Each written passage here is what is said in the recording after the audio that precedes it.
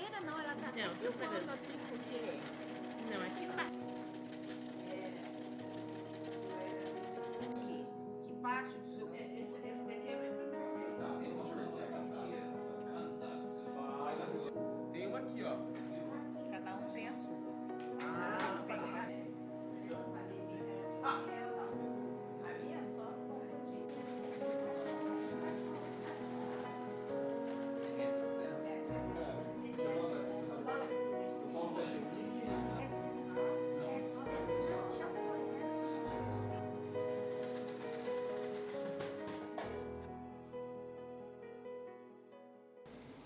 Eu me chamo Maria de Fátima Celestino, né? Eu não era deficiente visual, me tornei deficiente visual através de um nervoso. No começo foi muito difícil, como ainda é, mas graças ao Instituto, eu achei assim minha primeira casa, porque o Instituto me influenciou em várias coisas muito legais que eu faço aqui, tá? O dia que eu não posso vir, eu fico assim, meia chateada. E uma das coisas legal mesmo que aconteceu quando foi o ano retrasado que veio o primeiro projeto da costura. Eu nunca sentei numa máquina de costura quando enxergava, eu nem imaginava que eu ia estar assim, costurando, né? Aí eu fiz a primeira semana, aí a gente retornou o ano passado, aqui estou. Fazer uma barra assim, sem ser na máquina, eu faço, prego um botão, tudo. Agora, na costura está sendo uma experiência muito legal. Aí, o mês, acho que foi de julho, nós fizemos uma semana lá no SESI também, que foi muito bom.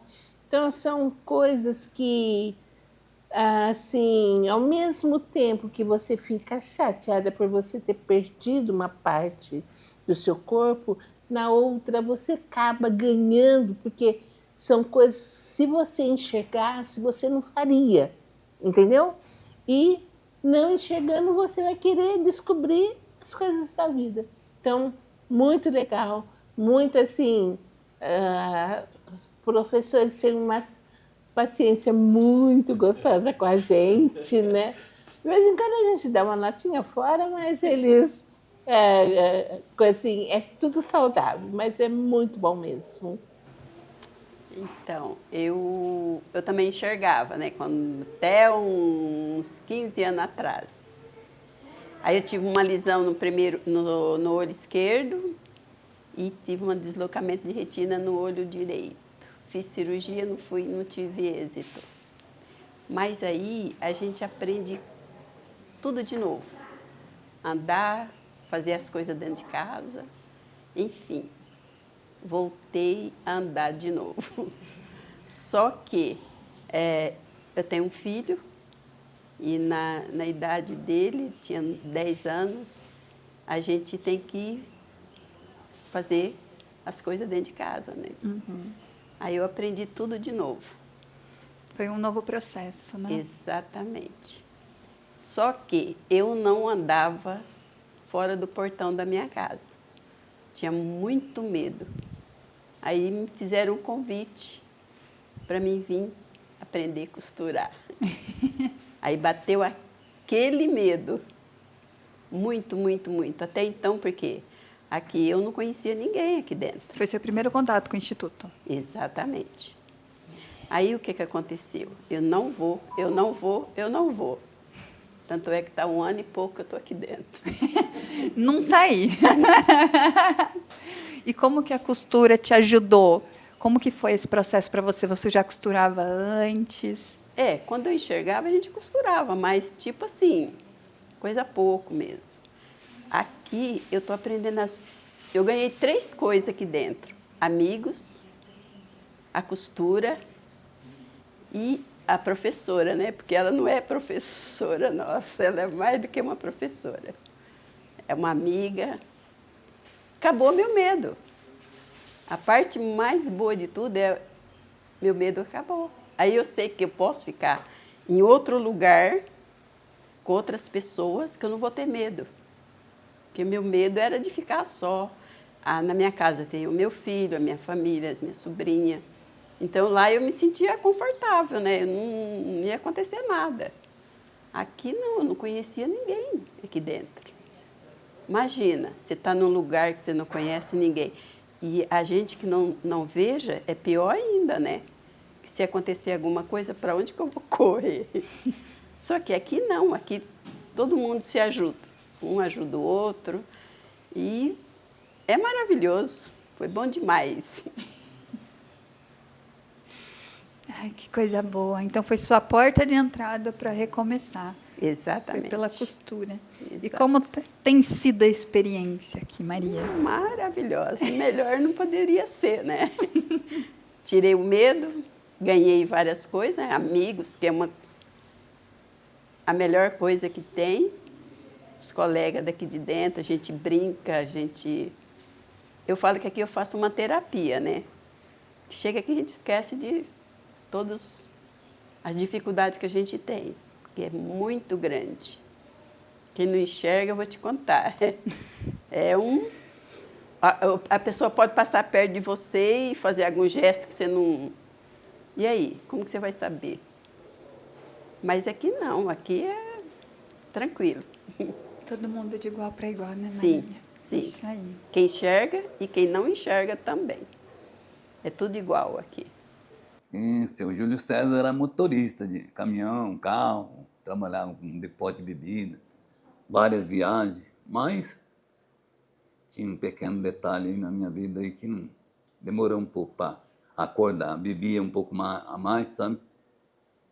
Até que um dia, em 2015, eu fui parar num hospital, fiquei internado.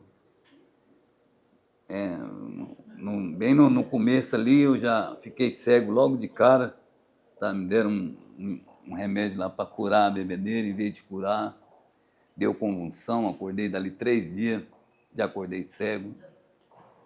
E aí não foi muito fácil enfrentar essa vida sem enxergar nada. Mas com muitas palavras, eu acredito muito em Deus e põe na cabeça que eu ia enxergar e ia viver. Eu andava atropelando, caindo para a rua, atropelando carro, calçada, e fui andando. Com bengala, caí com bengala, não dava certo. Falei, bom, a saída é andar do jeito que eu quero andar, eu vou andar. E comecei a andar. Hoje eu tenho uma baixa visão bem, acho que é avançada, porque eu vejo as cores tudinho. Não conheço as pessoas, né? Mas vejo as cores que tiver na minha frente, eu vejo. Aí fica fácil para andar na rua, né? Vejo bastante vulto. Quando está longe, né? Vulto, não sabe se é carro, se é gente, mas sabe que vem vindo alguma coisa. E como foi seu processo junto com o ICCT nisso daí? Como que o ICCT te ajudou a recomeçar? A própria Unicamp, onde aconteceu todo o problema, depois de 1 ano, mandou eu ir para casa. Me deram um laudo médico falando para mim que era irreversível a minha causa, que era para procurar um MPS e vim procurar um instituto, que aqui ia ter uma reabilitação. Daí eu vim para cá, em 2016 para 2017, eu já estava aqui. Aí comecei a frequentar aqui, frequento várias pessoas, conheci várias amizades. Se ver, eu não vou saber quem é, porque dificilmente eu reconhecer. A gente reconhece muita voz, né? Se você tirar essa roupa que você está aí, eu já não sei quem é você mais. Pode passar quantas vezes perto de mim, que não tem problema. Não sei quem é você. Mas se falar alguma coisa perto de mim, a gente já sabe na hora. Né? Mas tudo eu aprendi aqui dentro. Lá na Unicamp também ensinava bastante isso aí, sabe? Que você tem que aprender. Seu olho agora virou os seus ouvidos.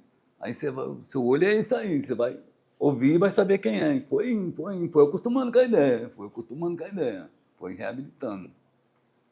Daí aqui dentro tem bastante coisa, tem bordado, tem costura, tem crochê, tem mosaico, tem computador, tem... Olha, gente, tem coisa que não acaba mais. Tem dança, tem sapateado aqui dentro, é uma delícia. Tem tudo, física, educação física. Eu fui até para a piscina, já que fazia hidro. Toda semana eu ia fazer isso, parecendo um doutor, sabe? Muito bom, mas acabou logo, ficou só 6 meses. Tem que trocar, tem que pôr outra equipe aí, né? Mas tem a informática, que ajuda muito, tem o Braille, que ajuda muito você aprender a ler o Braille. Eu sei até um monte de letra lá na frente, lá. Até o J eu consigo ir. Depois dali já não vou mais, porque eu parei. Mas eu vou continuar. Esse ano não sei se vai dar ainda, mas pretendo sim. E como que foi a oficina de costura na sua vida? Quais foram as diferenças que você percebeu depois de iniciar esse processo de aprender um pouquinho mais sobre a costura? Sim. Ela chegou aí com uma proposta aí de uma semana. Não sabia nem quem era a Rosângela. Falava bem diferente, né? Um tal de costura, não sei o que lá que ela falava. E eu falei, eu vou mexer com esse negócio aí. Então. Eu nunca ponhei a mão numa máquina mesmo, né?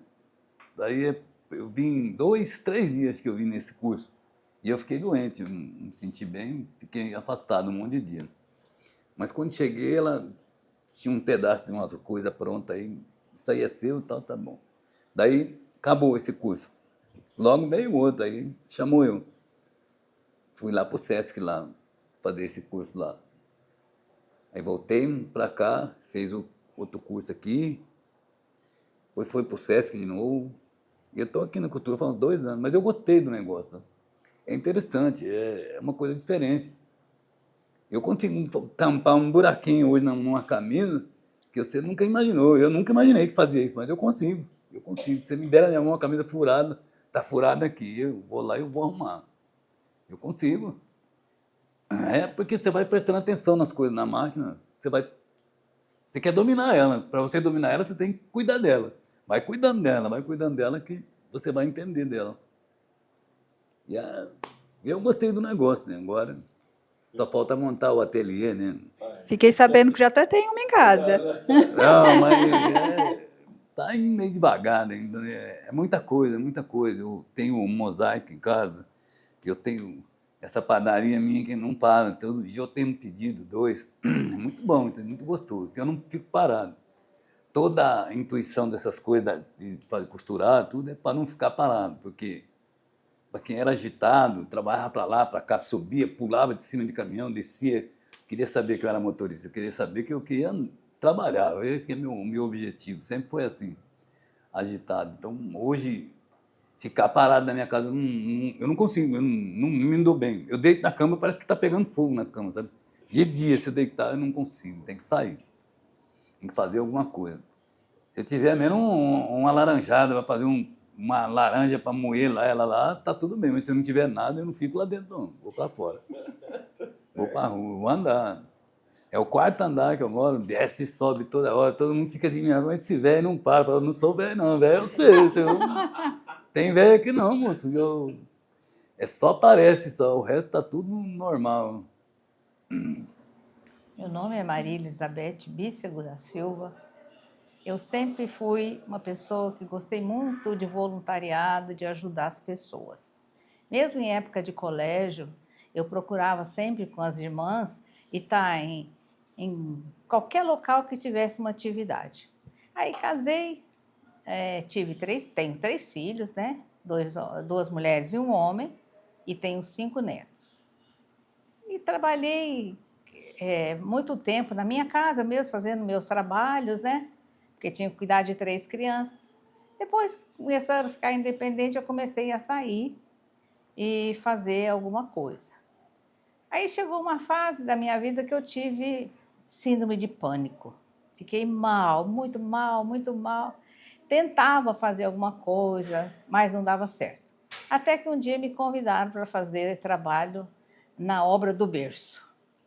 E lá eu fiquei por mais de quase 30 anos. Por 16 anos eu fui presidente da Obra do Berço, onde a gente fazia enxoval de bebê para a PUC, para a Unicamp, para o CAISM.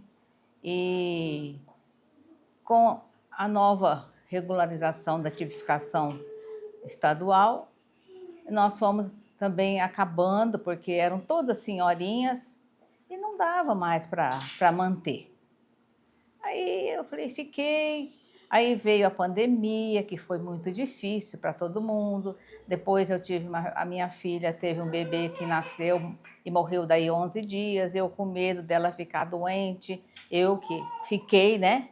Falei, não, eu preciso fazer alguma coisa. Aí fui convidada para trabalhar na Igreja do Divino Salvador, que era o mesmo trabalho, mais ou menos, que a gente fazia na obra do berço. A gente também lá faz enxoval de bebê, faz roupa para o asilo, né? Touca, botinha, cachecol. E lá encontrei amigas minhas que trabalharam comigo lá na obra do berço. E começaram a me chamar. Vamos, Beth, vamos, Beth, vamos, Beth. Eu falei, gente, mas ensinar cego a costurar? Como? Como pode isso, né? Aí um dia eu vim. Gente, aquele dia eu chorei o dia inteiro, porque para mim foi uma emoção tão grande. Eu senti um acolhimento tão grande aqui, que eu falei, não, eu não posso sair disso aqui. Eu venho aqui com o maior prazer toda terça-feira, gosto muito do que faço, procuro ajudar naquilo que eu posso, estou sempre interagindo, fico falando para as pessoas, todo mundo me pergunta, mas como? Cego? Não tem jeito de costurar? Eu falei, tem, gente. Eles têm uma habilidade muito grande, as mãos, o tato é muito aguçado, e eles são capazes. Então, eu venho aqui, eu vejo a dificuldade de cada um, e eu procuro fazer aquilo que eu consigo, né? Com a ajuda da Rosângela, que é muito eficiente, e a Lucia, que não está aqui hoje, a Cacilda. Então, é um trabalho digno, é um trabalho maravilhoso. Eu saio daqui de alma nova. Meu nome é Cacilda. Eu também sempre fiz trabalhos voluntários, mas para mim, assim, a minha busca pelo trabalho voluntariado foi uma espécie de cura. Eu fiquei viúva muito cedo, com 25 anos. Aí eu comecei a trabalhar nisso e não parei mais. Depois eu não tive filhos e aí eu sempre trabalhei com crianças, trabalhos de voluntário.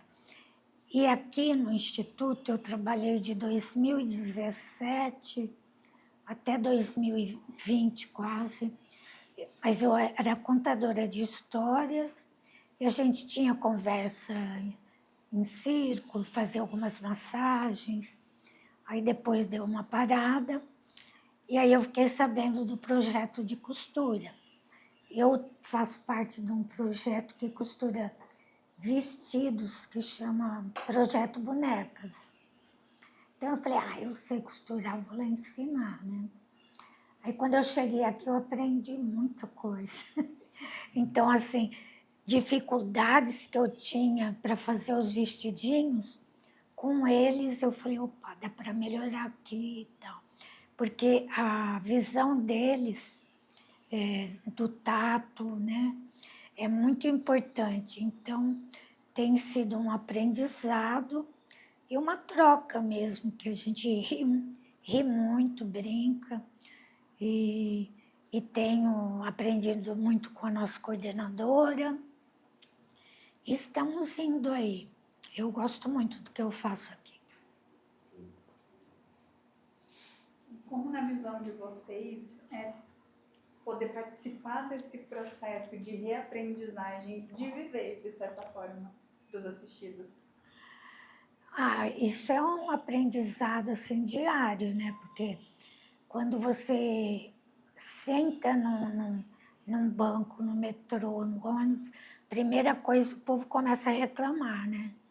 Então, eu sempre falo, agradeça, porque tem dificuldades bem maiores, que eu imagino, assim, para uma pessoa que enxergava, de repente ela perder totalmente a visão, tem que ter muita determinação. Eu tenho marido de amigas minhas que perderam a visão e ficaram muito revoltados e não quer aprender nada, só quer ficar em casa mesmo, se deprimindo e reclamando. Então, se eu puder passar alguma mensagem, é que cada obstáculo você tem que procurar vencer. E vence, é só querer, né? Tem muitas dificuldades, mas Eu acho assim aprende. que os jovens, principalmente os jovens, precisariam ter um pouquinho desse contato, de saber o que é a falta da visão, dar valor à vida, a acudir às outras pessoas, porque a gente vê nesse mundo tão perdido, né, que está cada vez, a união está se deteriorando, ninguém quer ajudar ninguém, e principalmente com os deficientes visuais, a gente nota que o acolhimento deles com a gente é muito bom. A gente chega, boa tarde, você já tem aquele boa tarde tão gratificante que eles respondem, que você fala, nossa, já conhece a minha voz, né?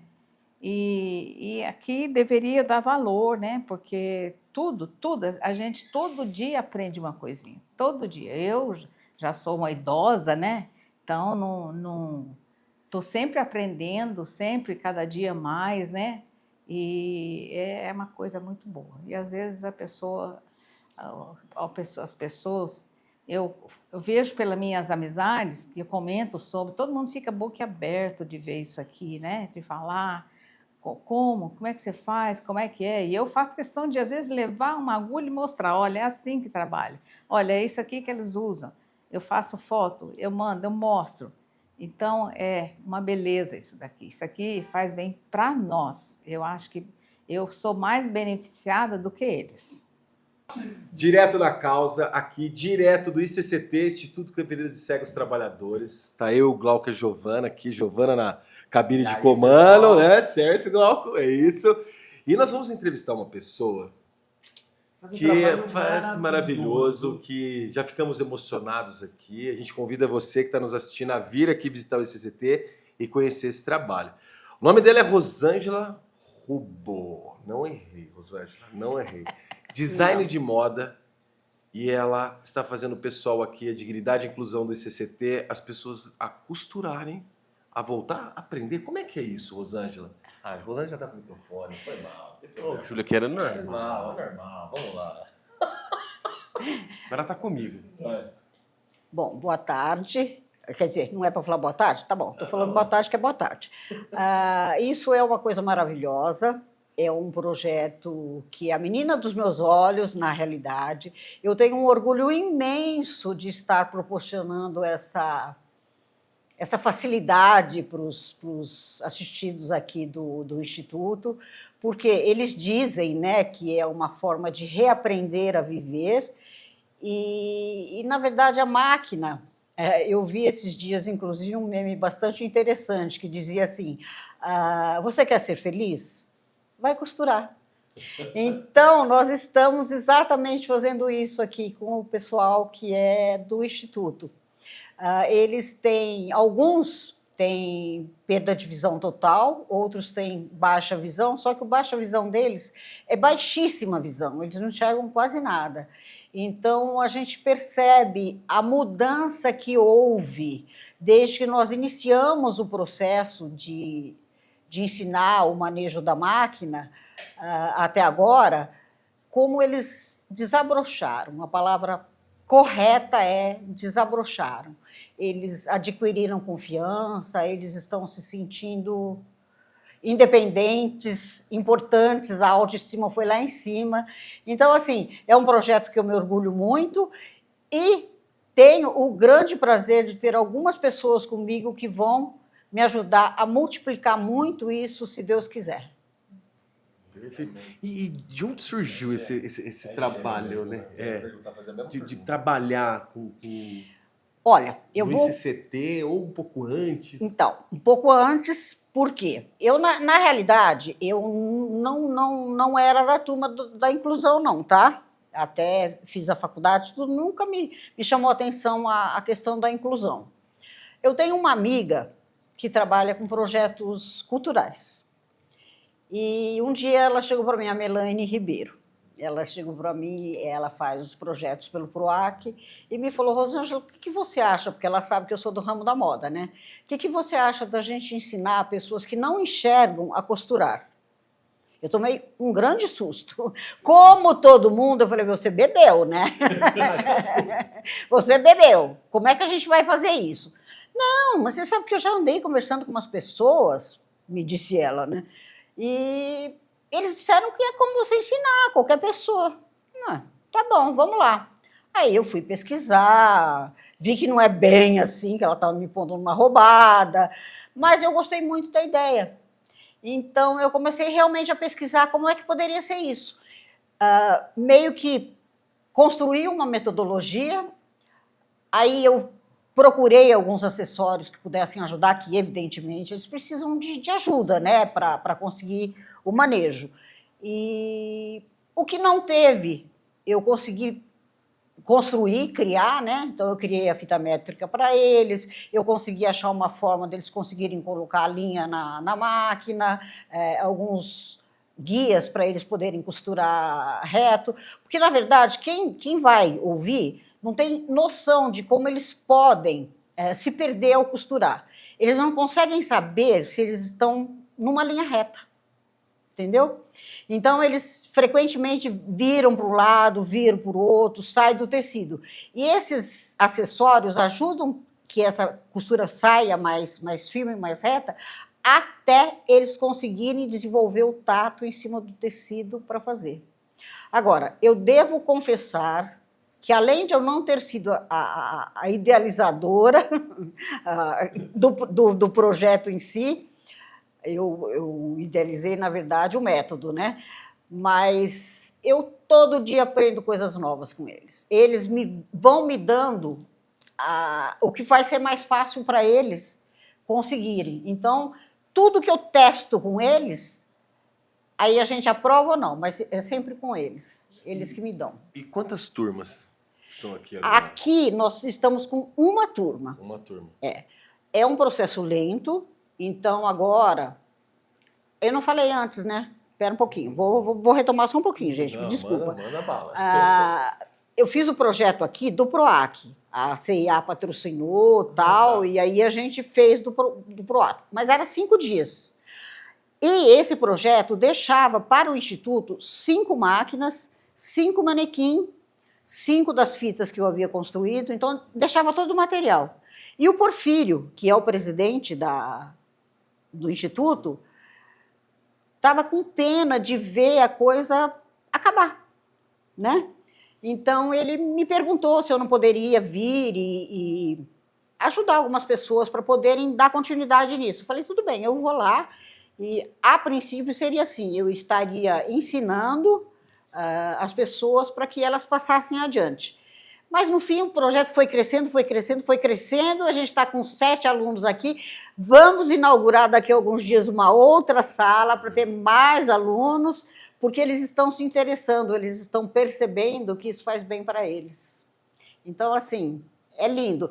E, se eu puder adiantar uma coisinha sem adiantar, mês que vem eu vou lançar um negócio que eu fiz junto com eles, mas eu não vou contar para vocês. Então já se inscreve no canal, né? Se inscreve. Olha aqui, se inscreve no canal, dá uma curtida, comenta e compartilha para quem precisa ouvir, assistir. Daí tem que acompanhar o canal, certo? Tem. Ô, Rosângela, e para a pessoa, se ela quiser ser voluntária, te ajudar aqui, como é que funciona? Ela será imensamente bem-vinda. Você pode pensar, até perguntar, ela tem que saber mexer na máquina? Não, não tem. Não tem, porque ela fica aqui alguns minutos, ela já vai ver qual a demanda, né? Não é uma demanda muito difícil, mesmo que ela não saiba mexer na máquina, ela vai saber ajudar, auxiliar. E a gente precisa de quanto mais gente se interessar, melhor, mesmo que a gente não esteja mais precisando de... No momento estamos, tá? Sim, porque a gente quer abrir outra sala. Mas mesmo que nós não estivermos... Eu começo... Só faz a pergunta voluntária. Rosângela, e se quem quiser ser voluntário, como é que funciona? Olha, eu vou ficar muito, muito, muito feliz se nós conseguirmos mais voluntários. Nós estamos abrindo uma outra sala, então eu vou precisar de pessoas que nos ajudem.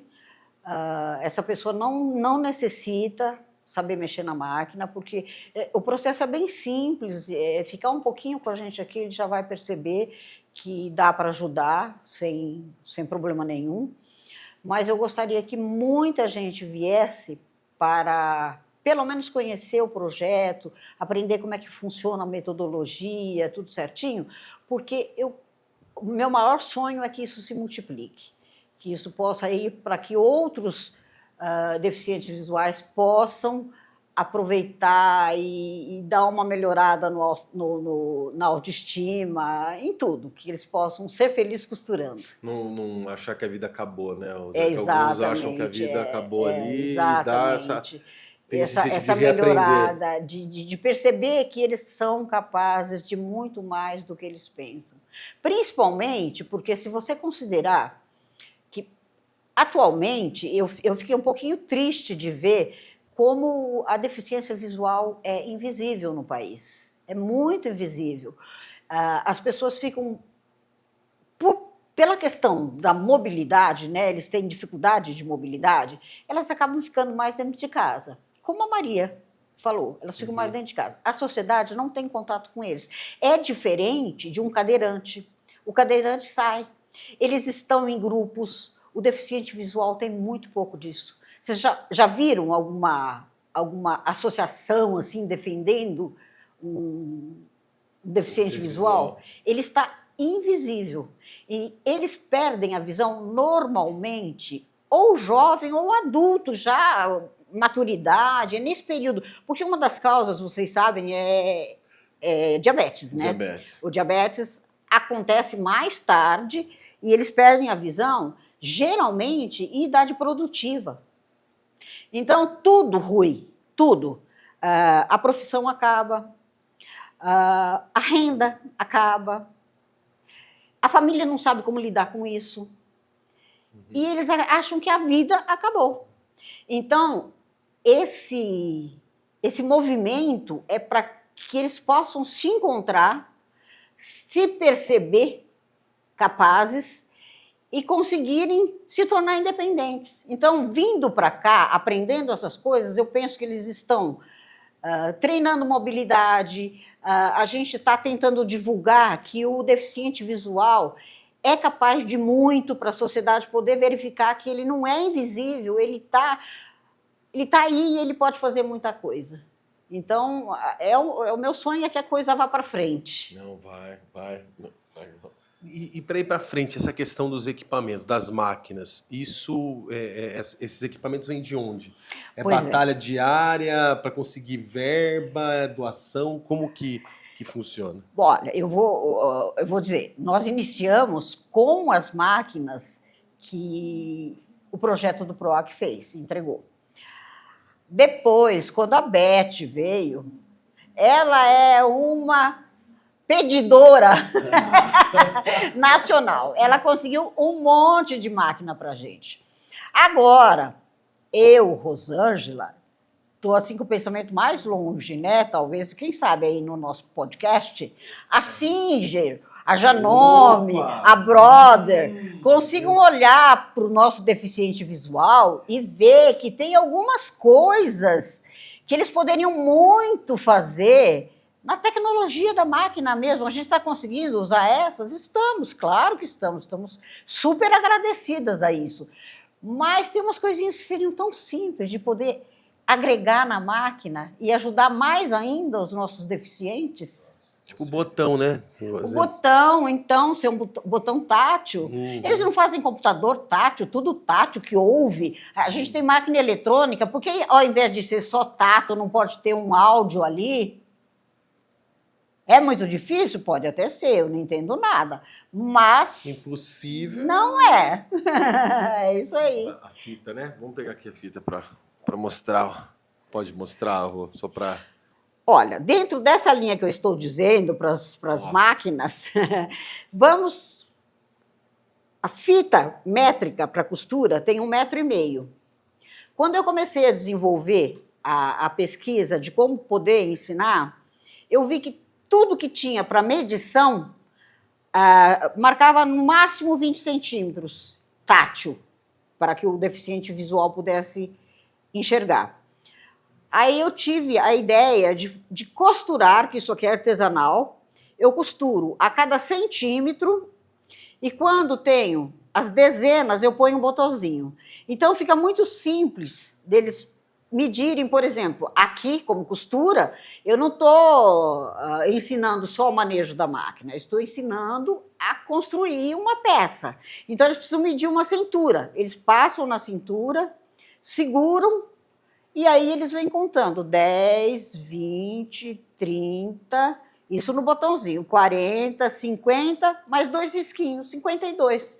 Então, isso aqui, todos que passaram em todas as minhas oficinas, todos os deficientes visuais, eu quero dizer, eles amam de paixão. Todos eles recebem uma de presente no fim das oficinas.